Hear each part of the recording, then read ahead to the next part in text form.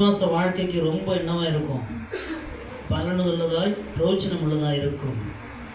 காண்கிற தேவன் என்ன, நம்முடைய நிலைமையையும் நினைவுகளையும் அவர் காண்கிறவர். ஒன்றும் இல்லை, ஒரு அரசர் இருந்தாராம். அந்த அரசர் தன்னுடைய தோட்டக்காரன்ட்ட பார்த்து என்ன பண்ண சொன்னாருங்க, நீ சில விதைகள் என்ன பண்ண விதைச்சி சில மாதத்திற்குள்ளாக அது வளர்ந்துருக்கிறத நான் என்ன பண்ணோம், பார்வையிடணும் அப்படின்னு சொன்னாராம். அந்த விவசாயியும் தோட்டக்காரன் என்ன பண்ணாராம், விதைகளை விதைச்சாராம். டெய்லியும் காலை மாலை என்ன பண்ணாராம், தண்ணி ஊற்றுனாராம். ராஜா சொன்னாராம், 6 மாதத்துக்குள்ளே பயிர் ஆகணும், அப்படி இல்லை அப்படின்னாக்க நான் என்ன பண்ணுவேன், உன்னை கடுமையாய் தண்டிப்பேன் அப்படின்னு. இவரும் தண்ணி ஊற்றுறாராம். காலையில் மாலை என்ன பண்ணிட்டு இருக்காருங்க, தண்ணி ஊற்றிக்கிட்டே இருக்கிறார்.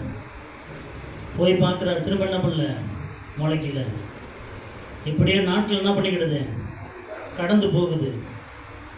விதை உள்ள இருக்கு, தண்ணி ஊற்றிக்கிட்டே இருக்கிறார்.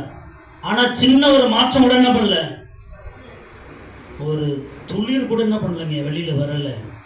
இப்படியே 6 மாதம் வந்துடுது. ராஜா சொன்ன 6 மாதம் வந்துடுது.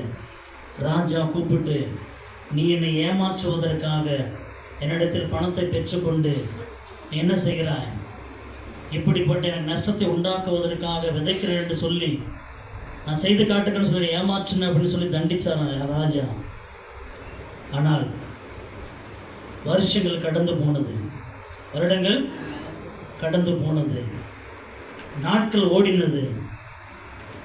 6 வருஷத்துக்கு பிறகு சின்ன ஒரு துளிர் தோண்டினதான். இப்போ ராஜா கேட்டாரா, என்னப்பா இவ்வளோ பெரிய செடியெல்லாம் ஈஸியாக என்ன பண்ணுது, வளர்ந்து பயிராகிடுது. 6 மாதத்து பயிராக இருக்குது, 4 வருஷத்து பயிராக இருக்குது, 2 வருஷத்து பயிராக இருக்குது.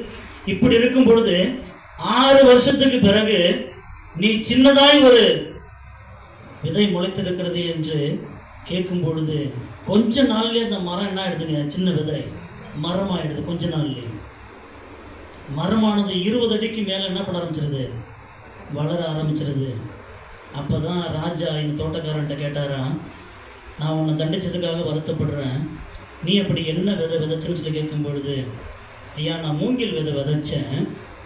மூங்கில் தான் வளர்கிறதுக்காக எல்லாரை விட உயரமாக வளர்ந்து போவதற்காக முதல்ல எடுத்த வேகத்துக்கு வளராது, அடியில் தன்னுடைய வேர்களை இறுக ஸ்ட்ராங்காக எல்லாவற்றையும் உருவாக்கி கொண்டதுக்கு பின்பு தான் மூங்கில் என்ன பண்ண ஆரம்பிக்கும், வளர ஆரம்பிக்கும்.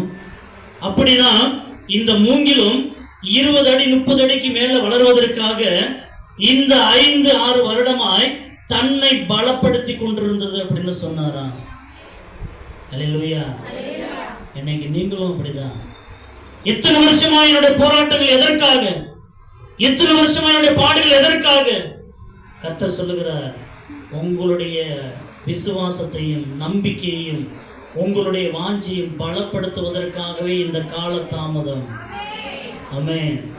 இந்த காலதாமதம் எதற்காக, பலப்படுத்துவதற்காக. ஒரு மூங்கில் 30 அடிக்கு உயர்ந்து நிற்கணும், அது வளையாம காத்தடிக்கும், வெயில் வரும், மழை பெய்யும், அதை சாயாம நிற்கணும். அப்படின்னாக்க அது வேறு என்ன பண்ணுங்க, பலப்பட்டு ஸ்ட்ராங்கா இருக்கணும். அதனாலதான் அந்த மூங்கில் மரம் என்ன செய்யுதுங்க, உயர அண்ணாந்து பார்க்கத்தக்கதாக இருக்கிறது.